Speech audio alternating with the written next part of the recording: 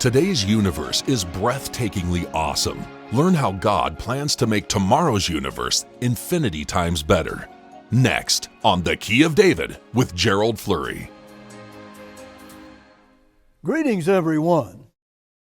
Today's universe can be seen by the telescope of the James Webb Space Telescope, as the universe has never been seen before, by far. And it's really spectacular. It's something that staggers the mind when you stop and you think about what is really happening here. But if you look at it, the universe today, and you look in Bible prophecy, and it says there's going to be a much more glorious universe in the near future than what there is today. And you can prove that from your Bible. You can prove it, and you can prove it from science as well. NASA's chief astrophysics scientist Eric Smith said, "When you see Webb go into space, it's the whole force of human creativity and all kinds of disciplines that push it there. It just takes all the creativity that man can muster to do this." And they had like over 99% perfection. That's a lot of perfection. And that was the case even in building this telescope. That's really encouraging, and it's impressive when you think about this telescope being 1 million miles from the Earth. And it's out there with a telescope like we've never had out there before. And we see the universe in such an astonishing way. And we're really the key party here that God is going to show us in His Bible. That's all for mankind to build and beautify. And we need to know all about that. But if the Bible does talk about there's going to be a planting of the heavens. A planting of the heavens. Well, you think maybe God might want to help them achieve this goal of sending that telescope 1 million miles away from the Earth so that we could see the universe as we've never seen it before? And He says there's coming a time in the near future when we're going to be planting those heavens. That's something to get excited about. But you know God has to have a lot of love for mankind if He would prepare that for them and give that to them to rule over that whole universe. I'll show you scriptures where God says it's definitely going to happen. It's a big part of the goal God has for us. And so I think we need to realize why God would want to help that telescope get out there. And I think He did have a hand in it. Notice what God says in Isaiah 35 and verse 1. "The wilderness and the solitary place shall be glad for them, and the desert shall rejoice and blossom as the rose. It shall blossom abundantly and rejoice even with joy and singing. The glory of Lebanon shall be given unto it, the excellency of Carmel and Sharon. They shall see the glory of the Eternal and the excellency of our God." Now that's in the wonderful world tomorrow, in the 1,000-year period or the millennium. And yet the same thing is going to happen to the universe. And really, that's only a type of what's going to happen in the universe. But let me show you a couple more scriptures. In Isaiah 41, verses 18 and 19, it says, "I will open rivers in high places and fountains in the midst of the valleys. I will make the wilderness a pool of water, and the dry land springs of water. I will plant in the wilderness the cedar." And see, we're going to have to build and plant the shittah tree and the myrtle and the oil tree, and I will set in the desert the fir tree and the pine and the box tree together. So he's just saying, well, there's all kind of planting going on there, but here he is more specific in Isaiah 51 and verse 16. Let's read that. Here's what it says there. And I have put my words in your mouth, that I may plant the heavens. See, God has to plant the mouth. He has to get the word into our minds and into our mouths so that we can understand that this is our goal. That's God's goal for us, is to plant the heavens. He's talking about the universe. That's what it means. We've heard about that James Webb Telescope in our articles and some of our messages. But God says in these scriptures that you are my people. That's what God says. You are my people.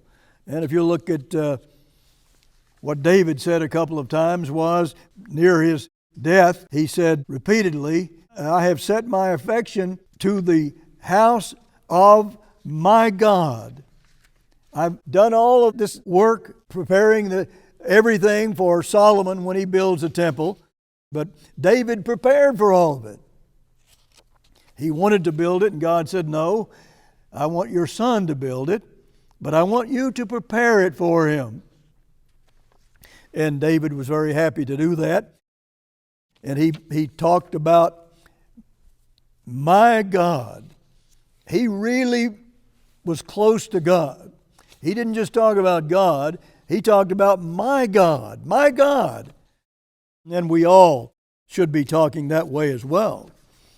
Let me give you a quote here, really from several people. At the heart of all science lies the conviction that the universe is orderly. Science arose only because the doctrine of the rational creator of a rational universe made scientific inquiry plausible. Men became scientific because they expected law in nature, and they expected law in nature because they believed in a lawgiver. That was at one time in our history. And then another quote, this absolutely fundamental insight came not from the Greeks, but thousands of years previously in the Hebrew Bible, given to us by Genesis. The fact that there are rules at all is a kind of miracle. So here is something we have to look at as well. There are all kinds of rules and laws that they have to obey to ever do this, to get that telescope 1,000,000 miles from the earth. They're trusting in all kinds of laws of nature, as they call it, but laws that God established in that universe. It has to have laws, and they depend on those laws, or they couldn't send that telescope 1,000,000 miles from the earth. I mean, many laws. But this guy says that it's the fact that there are rules or laws at all is a kind of miracle. Of course it is. Who created the laws to make all this happen and to sustain the universe? Instead of having a lot of chaos up there and clashes with planets and all of that. No, there are laws there. And God built those laws. That is from God. But those statements are by mathematician John Lennox, historian Rodney Stark, author C.S. Lewis and Melanie Phillips, and Nobel Prize winner Richard Feynman. They want us to know that, yes, there is a law, but then if you look in the Bible, God says there's one lawgiver, just one. And and that is God. God the Father is our lawgiver. And He rules the universe to a great extent. He did let Lucifer do a lot of damage there, but God didn't do that. Lucifer rebelled and did some horrible things. But just think about, we set our clocks by the universe and what's happening out there because it's perfect in timing, and we can use that to help us here in this earth. But God talks about the laws of physics, spiritual laws, as well as physical laws to regulate man's life and man's happiness. That's from Herbert W. Armstrong in The Plain Truth, February 1986. It was printed. Now here, just think about that. that was printed right after he died, and he said, your happiness and man's life depends upon laws. We have to realize that there are laws that give us happiness, that make and cause happiness in our lives. Amazing excitement and thrills if we keep the laws that God established for man, just like He did for the universe. If you don't establish laws, you just have chaos. What do we have with man?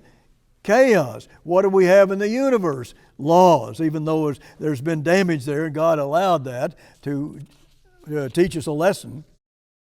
But that universe is still being sustained in a way of perfection.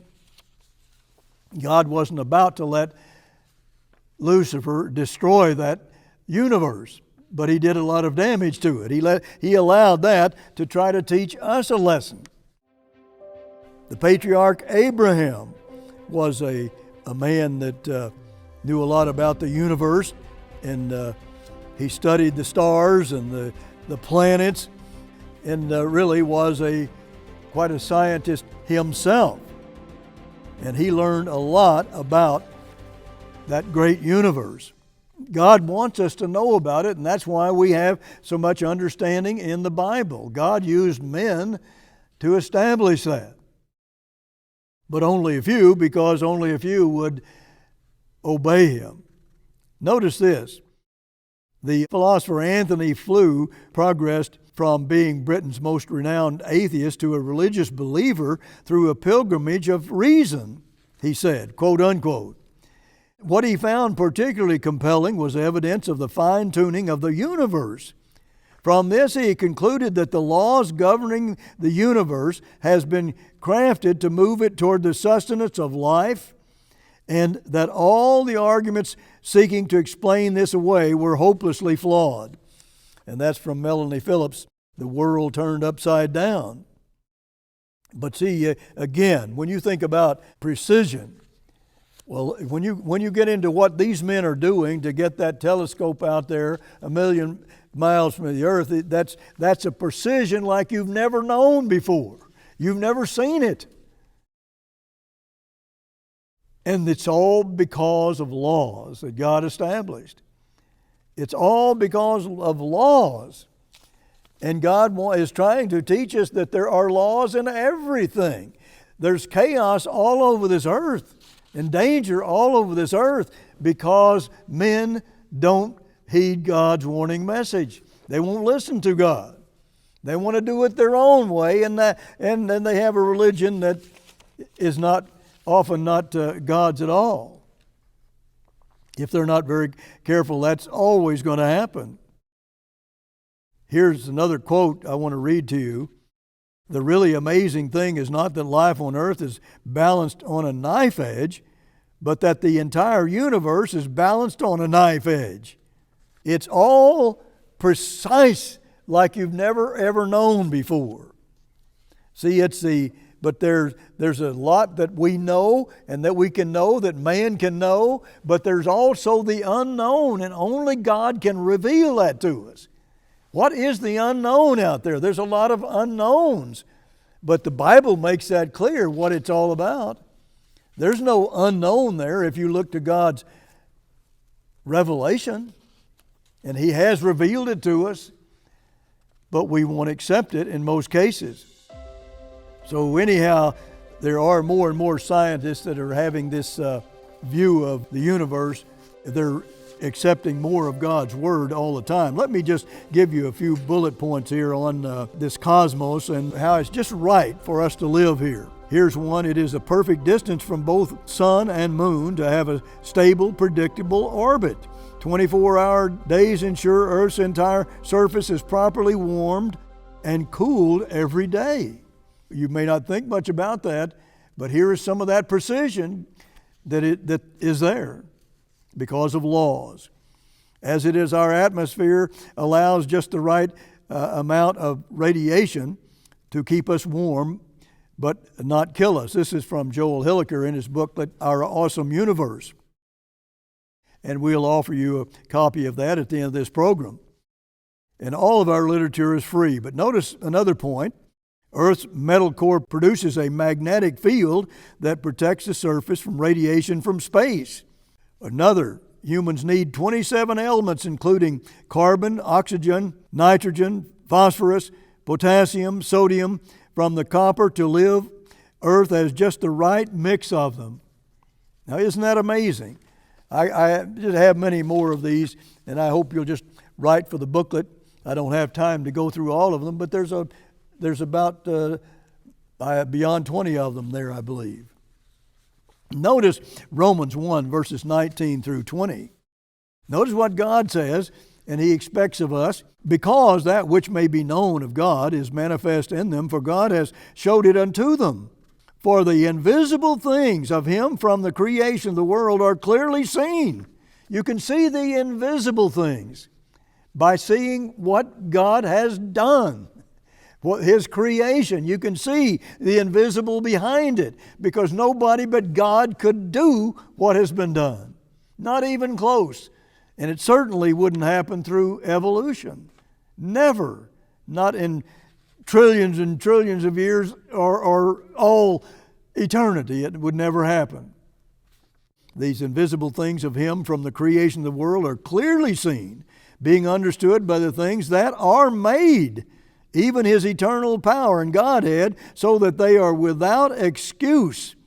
See, can we know about the invisible things, about God and His Son and what they have done and what they have created? Can we know that? Absolutely we can, and we can prove it. We don't have to guess, we can know. This is all provable that we're talking about. This is God's plan, and He wants man to know. But man, since the 1800s really, man has just gotten away from God. And before that time, almost all of them believed in God. They just look at the universe and meditate and think and study it a little, and they know that God had to create that universe. There is no other answer. And you can prove that too. You can also prove that as well. The heavens are declaring God. That's what He's saying. The heavens declare God. They send a message. If you're looking at that and bringing God into the picture, here's what the Webb launched NASA administrator Bill Nelson looked back to when, quote, a shepherd grazing his sheep would look up at the night sky. He became a poet. He penned the words, the heavens declare the glory of God, the firmament shows His handiwork. So that shepherd, that poet, became king. Those immortal words in Psalm 19 encapsulate the expressions that we have today, the handiwork of God. As we peer back in time over 13 billion years and capture the light from the very beginning of the creation. See, more scientists are understanding that. But David also said, only the fool has said in his heart that there's no God. Now he meditated and he knew about the laws of God. And he dogmatically said that. Here's what it says in Hebrews 2 and verse 5. For unto the angels has He, God, not put in subjection the world to come, whereof we speak. God is going to put all of this not under the angels. They have failed to be able to rule the universe. But He's going to recreate Himself in man, and He's going to give all of this universe to man to rule under God the Father and Jesus Christ. Now that's tomorrow's universe and the 1,000-year period when we have the millennium, which leads into that great ruling of the universe. But think about this. If you go to science in this world or to religion or to education, you won't find that answer. It's in the book, and you can prove it. What just a fantastic book the Bible is, and it's Jesus Christ in print. That's how important it is. Verse 8 of Hebrews 2, you have put all things in subjection under his feet. That's talking about us. For in that he, God, put all in subjection under him, man. He, God, left nothing that is not put under him. He left nothing that is not put under him. And the Moffat says all things. He translated it universe, and that's what it is. See, we don't yet see all that under man. God, it says he's the captain of their salvation, perfect through sufferings, for which cause Christ is not ashamed to call them brethren. He's given this all to us. Hebrews 1 verses 1 and 3 talks about appointing him heir of all things. That's the universe. God just repeats that over and over and over. That's a wonderful, wonderful truth that we need to understand. Let me read as much of Romans that I can here before I conclude. I'll just go down to verse 19, the Revised Standard Version. For the creation waits with eager longing for the revealing of the sons of God. For the creation of all the suns, planets, stars, and moons, what it means, was subjected to futility. Not of its own will, but by the will of him who subjected it in hope, because the creation itself will be set free from its bondage to decay and obtain the glorious liberty of the children of God.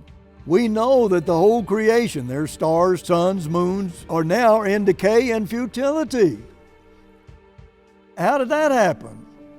Well, Lucifer and the angels were given rule, and God started them out here on earth, and then he rebelled and wrecked the earth, and he wrecked much of the universe. And you can see all the decay and the futility out there now. And God has that example there for us and saying, you can't, it won't work unless you apply the laws. And Lucifer did not do that. And so anyhow, the verses go on to say that we groan inwardly. The universe groans for the sons of God to give them freedom and joy and get away from that decay and the bondage that Satan has put the universe in. God is just personifying the universe and telling us what the universe, if just looking at it and the way things are now, there's some chaos out there because of Satan's rebellion. But God says that's going to be corrected by man. God is going to give us the opportunity to do that. There are many, many verses that tell you about that in this Bible. Many of them. This is a message about tomorrow's universe. What is it going to be like? What is that universe going to be like? God says he's going to plant the heavens. He's going to make it beautiful just like he made the earth beautiful before Lucifer wrecked it. And then Adam and Eve, they didn't like it either. So we have the blessing of eating from that tree of life today and having all those rewards. Until next week, this is Gerald Flurry. Goodbye, friends. Request Our Awesome Universe Potential, Does God Exist?, Isaiah's End Time Vision, and Why God Hides Himself. Order now.